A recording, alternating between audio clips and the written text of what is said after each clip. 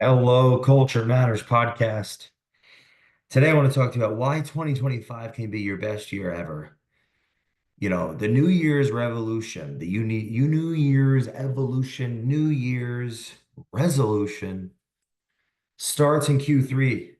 Like if Q1 starts in Q3, I have a great disdain for the idea of the resolution because frankly, it doesn't, it signifies everything that's wrong with success.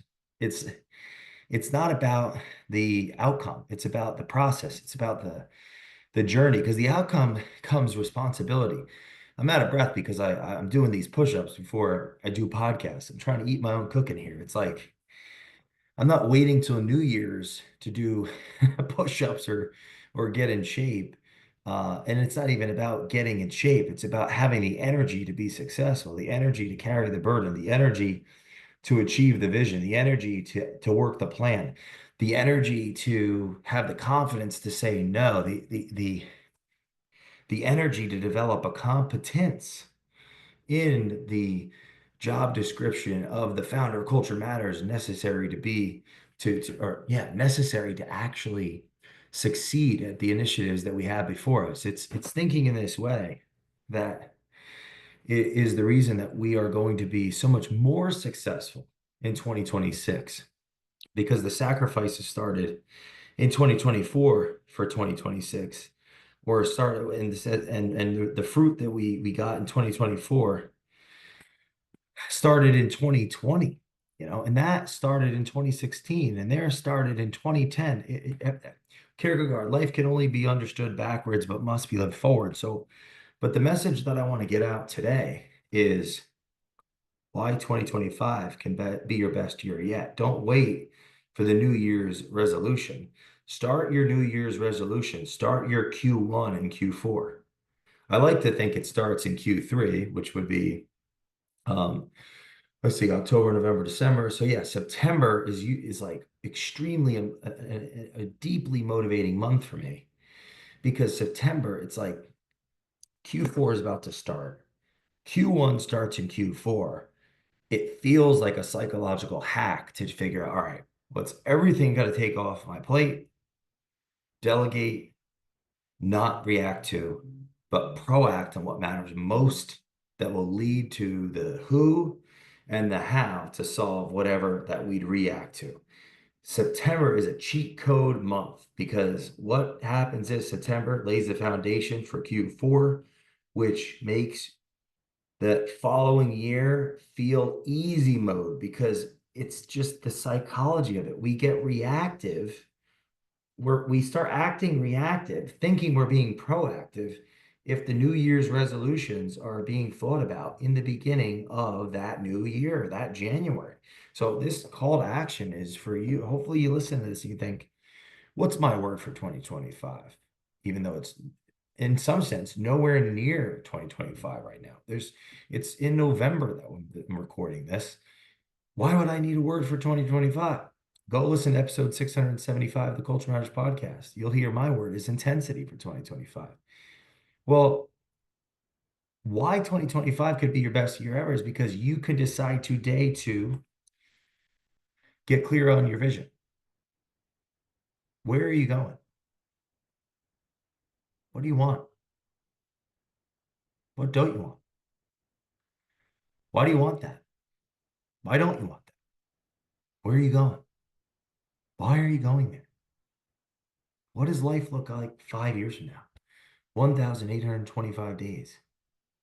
What does it look like? It's 2025. What's 2030? What can happen by 2030? When you start thinking about the future, you can make a decision of what you want.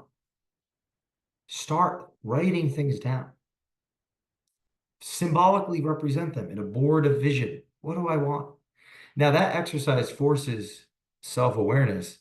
And then, of course, there's a responsibility there. If you have, like, if you're married, life partner, girlfriend, boyfriend, whatever, that would force, impel conversation. Now it's like, what do we want? What are we doing? Where are we going? Why? Now we've got to talk and communicate. And in that talking and communicating, even if it's just you, single person with no dependents that wants and desires something in the future, now you have to plan. What's the plan? What are we, how do we get there? That might involve, then now it's who can help me get there? What's the plan? How do we get there? Who can help me get there?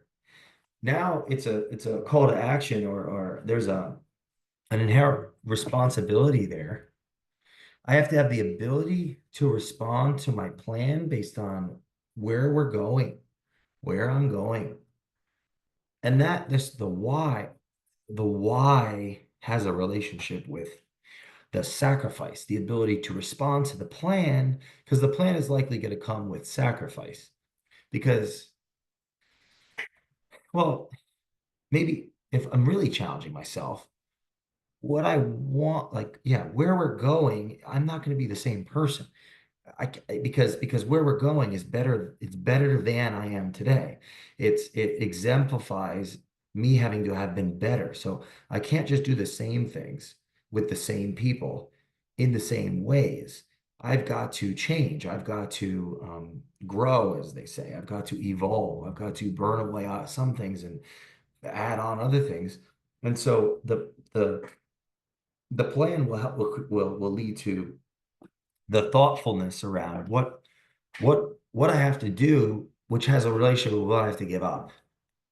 And that's where that sacrifice is a call to character. It's a call to responsibility, which is a call to awareness, which is a call to knowledge. Maybe I don't know enough. I need to know more. Well, I've got to study more. I've got to read more. I've got to write more. I've got to listen more. I've got to hire advisors. I've got to bring on coaching. I've got to become a part of a community. What do I need to do? And that's where now community, we have accountability because the group is representative of accountability. Others will hold me accountable. Well, how? In their speech and their actions, how they relate to me, how they interact with me. That has a relationship with my ability to respond, which has a relationship with self-awareness, which has a relationship with, well, it ties back into the vision, and it ties back into the plan, and it ties back into sacrifice, what I choose not to do, and with who, what I choose to do and with who. And it all interconnects. So, 2025 can be your best year ever because it's the next year.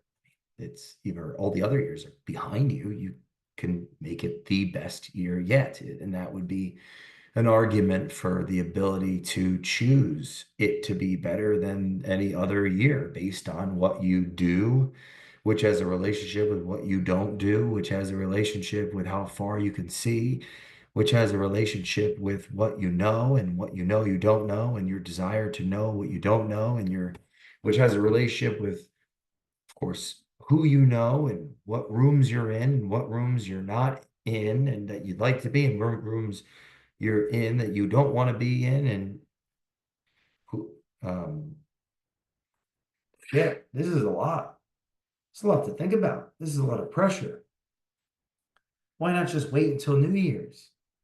Why not just go out and get, you know, sauced up like everybody else on New Year's Eve and ring in the new bell, and then the next day, I'll start then, or I'll start tomorrow, and that's when I'll do it.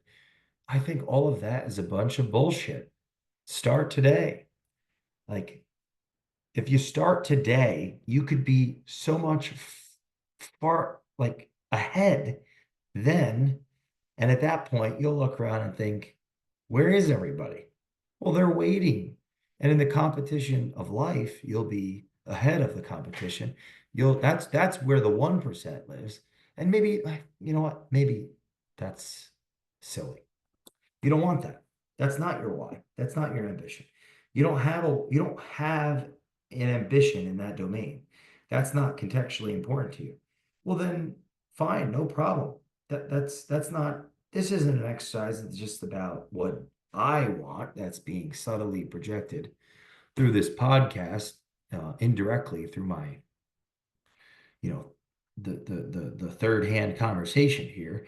the general breakdown that a vision matters, a plan matters, sacrifice has a relationship with responsibility and accountability, which is what I'm willing to give up, who in my life is around me to, to cooperate with, there's a competitive nature and having a peer group. It's like we're competing, but we're also cooperating because there's some, it's a healthy tension of like, yeah, how good are you? Oh, how good am I? Oh, yeah, that's the, yeah, let's go. Let's make it. Let's keep pushing.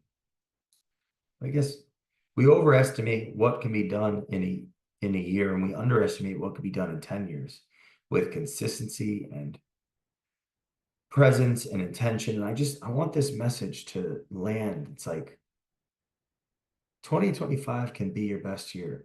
And of course, I'm saying this because I plan on 2025 being my best year.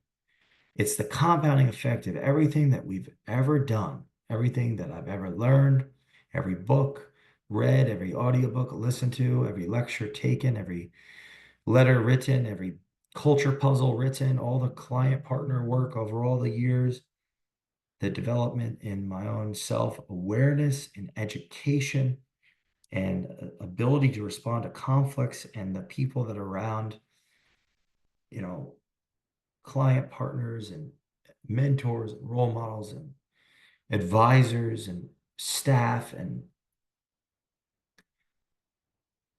it's go time. So if you're listening to this, it's time to get to work. Q1 started in September of Q3. This is going out in Q4. Don't wait until New Year's Eve. You'll be watching me doing 20 podcasts on New Year's Eve because that's our ritual now. And yeah, what's your vision? Where are you going? Why are you going there? How can you get there? Who's coming along? Who's not? How are you going to have those conversations? How responsible are you? What are you giving up? If I'm not giving something up, I've got to give something up that I want now for something I want greater in the future. It's just how it works. It's just part of it. And let's have a kick-ass 2025. Please leave us a review on the Culture Matters podcast, and I will see you next time.